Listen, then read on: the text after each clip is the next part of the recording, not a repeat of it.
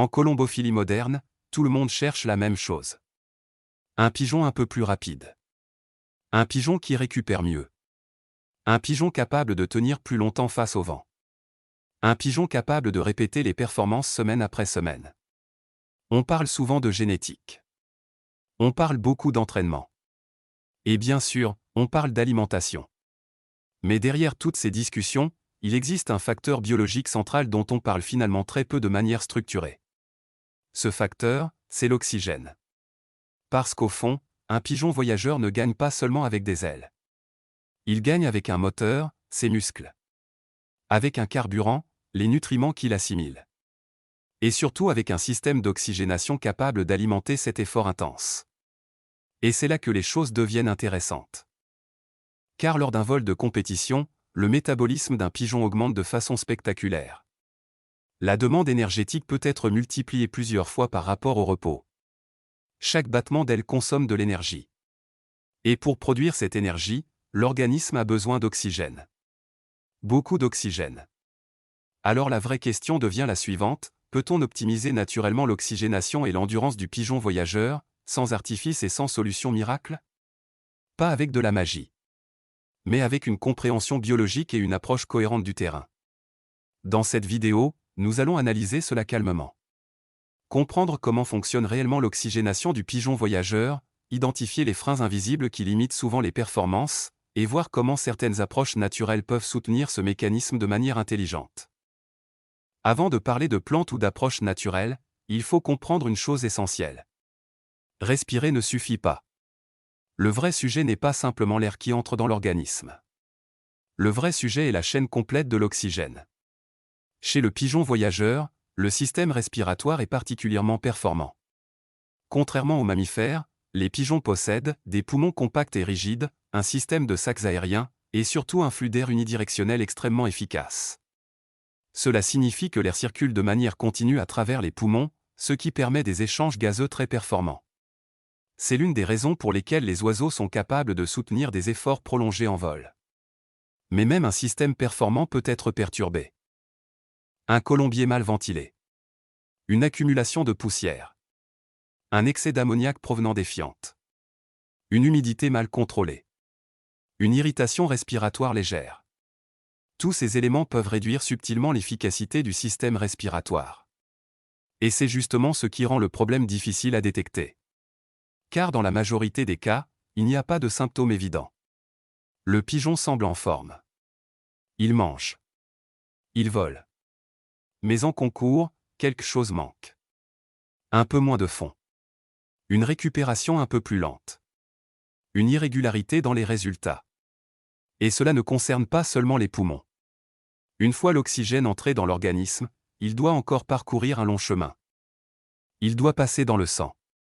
Se fixer sur l'hémoglobine. Être transporté par la circulation sanguine. Atteindre les muscles en activité. Puis pénétrer dans les mitochondries, ces petites centrales énergétiques présentes dans les cellules. C'est là que l'oxygène permet de produire l'ATP. L'ATP est l'énergie directement utilisée par les fibres musculaires. Sans oxygène, cette production d'énergie devient beaucoup moins efficace. Respiration. Transport sanguin. Circulation. Métabolisme cellulaire. Tout cela forme une seule chaîne. Et dans toute chaîne, la performance dépend du maillon le plus faible. L'un des aspects les plus trompeurs dans ce domaine est que les limitations d'oxygénation sont rarement brutales. Un pigeon légèrement limité dans sa chaîne d'oxygénation ne s'effondre pas soudainement. Il montre plutôt des signes subtils. Une récupération légèrement plus lente après un concours. Une fatigue un peu plus précoce sur les longues distances. Une irrégularité dans les résultats. Un bon concours. Puis un creux. Dans ce contexte, certains cherchent immédiatement des solutions rapides. Des stimulants. Des produits censés augmenter artificiellement la performance. Mais souvent, le problème ne vient pas d'un manque de stimulation. il vient d'un frein invisible dans la chaîne biologique. Et dans ce cas, la meilleure stratégie n'est pas d'ajouter un accélérateur. C'est d'enlever les freins. C'est précisément là que certaines approches naturelles peuvent jouer un rôle intéressant. Soyons très clairs dès le départ. Aucune plante ne transforme un pigeon moyen en champion. La génétique, la sélection et l'entraînement restent les piliers de la colombophilie. Mais certaines plantes possèdent des propriétés biologiques qui peuvent soutenir certains aspects du fonctionnement de l'organisme. En particulier, la circulation sanguine, la stabilité digestive et le confort respiratoire. Et en colombophilie, la différence ne se joue presque jamais sur 30%. Elle se joue souvent sur quelques pourcents seulement. 3%. 5%. Mais ces quelques pourcents peuvent faire la différence entre un pigeon simplement correct et un pigeon capable de maintenir une régularité de performance. Dans cette logique, certaines solutions naturelles prennent tout leur sens, comme la betterave, reconnue pour son rôle dans le soutien circulatoire. Riche en nitrates naturels, elle contribue à la production d'oxyde nitrique dans l'organisme, une molécule impliquée dans la régulation du diamètre des vaisseaux sanguins. Lorsque ces derniers se dilatent légèrement, la circulation devient plus fluide, ce qui peut favoriser une meilleure distribution de l'oxygène vers les muscles. Dans un contexte d'effort prolongé, cette microcirculation devient un véritable levier stratégique. La betterave ne transforme pas un pigeon en machine, mais elle s'inscrit parfaitement dans une approche cohérente, visant à soutenir la logique circulatoire et optimiser ces fameux petits pourcentages, qui font toute la différence. Dans la même logique d'équilibre interne, l'ail occupe une place particulièrement intéressante comme stabilisateur du terrain digestif. Utilisé depuis longtemps dans l'élevage des pigeons, il contient des composés soufrés, notamment la lysine, associés à plusieurs effets reconnus. Une activité antimicrobienne naturelle, un soutien du système immunitaire et un effet favorable sur la circulation. Mais son rôle le plus stratégique se situe au niveau digestif. Un système digestif stable permet une meilleure assimilation des nutriments, une récupération musculaire plus efficace, et une réduction de l'énergie dépensée à lutter contre des déséquilibres microbiens. En d'autres termes, un pigeon qui assimile mieux son alimentation récupère mieux, et un organisme plus stable économise de l'énergie, encore une fois, ces petits détails invisibles qui, mis bout à bout, font toute la différence sur la durée. Dans cette continuité, le soutien respiratoire joue lui aussi un rôle fondamental, notamment grâce à des plantes comme le thym et l'origan. Ces deux plantes contiennent des composés aromatiques tels que le thymol et le carvacrol, étudiés pour leurs propriétés antimicrobiennes et légèrement anti-inflammatoires. Dans le contexte du pigeon voyageur, il ne s'agit pas de renforcer les poumons, mais plutôt de maintenir un terrain respiratoire propre et fonctionnel. Des voies respiratoires saines permettent une meilleure captation de l'oxygène, favorisent une récupération plus rapide après l'effort et améliorent la tolérance aux efforts répétés. Là encore, on ne parle pas de transformation spectaculaire, mais d'un soutien précis et cohérent qui, ajouté aux autres paramètres, contribue à construire la performance dans la durée. Dans le prolongement de cette approche globale, la préparation et l'utilisation des solutions naturelles doivent elles aussi s'inscrire dans une logique structurée. Si l'on souhaite réellement soutenir l'oxygénation et l'endurance du pigeon voyageur, il ne suffit pas d'utiliser une plante isolée de manière occasionnelle. L'efficacité repose plutôt sur une approche cohérente, capable d'agir simultanément sur plusieurs maillons de la chaîne biologique, la circulation sanguine, le système respiratoire, la digestion et le métabolisme énergétique. Dans cette optique, certains colombophiles expérimentés s'orientent vers des préparations naturelles, combinant plusieurs plantes et aliments fonctionnels. L'objectif n'est pas de créer un stimulant artificiel, mais simplement de soutenir le fonctionnement naturel de l'organisme dans son ensemble. C'est précisément dans cet esprit qu'il est possible de mettre en place des préparations simples, mais biologiquement cohérentes. Dans cette logique, une préparation naturelle peut être mise en place pour soutenir l'oxygénation de manière globale et cohérente. Pour cela, il est possible d'utiliser une base simple.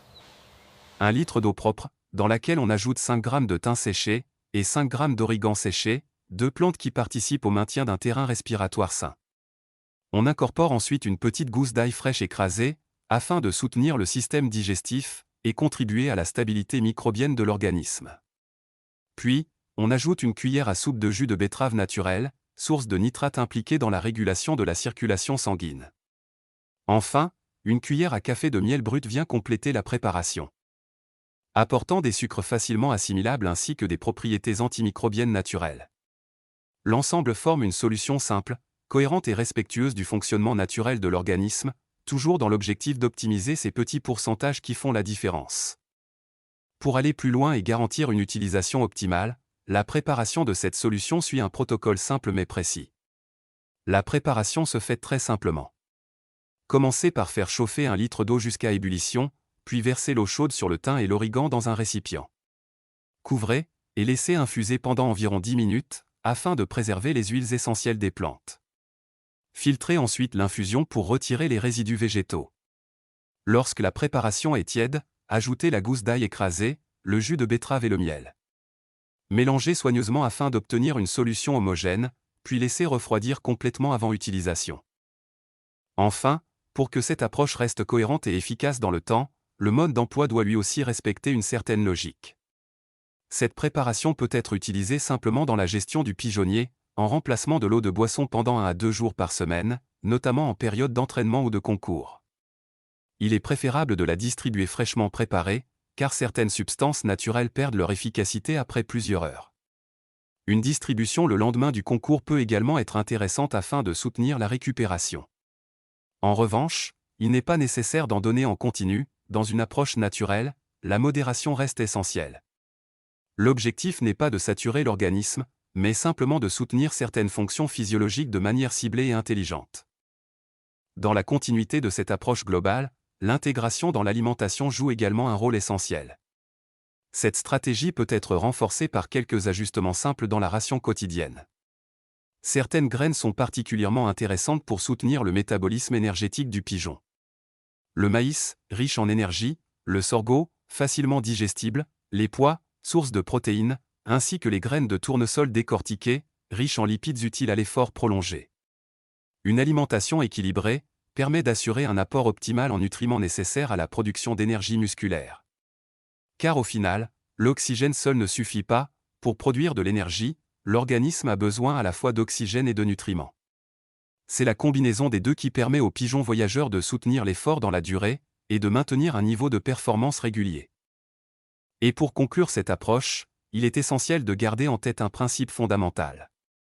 Les plantes ne sont pas des dopants, mais des soutiens du terrain biologique. La performance en colombophilie repose toujours sur plusieurs piliers indissociables. La sélection, la santé, l'entraînement et la gestion du pigeonnier. Les solutions naturelles ne viennent pas remplacer ces bases, mais simplement les accompagner en optimisant l'équilibre de l'organisme. Et en colombophilie, c'est bien souvent cet équilibre global, discret mais constant, qui fait toute la différence. Si cette analyse vous a permis de mieux comprendre les mécanismes essentiels de l'oxygénation chez le pigeon voyageur, prenez une seconde pour soutenir ce travail en laissant un like. Sur cette chaîne, vous trouverez bien plus que de simples conseils. Des analyses approfondies, des méthodes naturelles, et des stratégies concrètes pour améliorer la santé, la préparation et les performances de vos pigeons. Abonnez-vous dès maintenant, pour ne rien manquer des prochaines vidéos, et continuez à progresser avec nous. Et surtout, la colombophilie est avant tout un partage d'expériences. Partagez vos observations en commentaire. Votre retour peut réellement aider toute la communauté à évoluer, et à mieux comprendre ces athlètes hors du commun.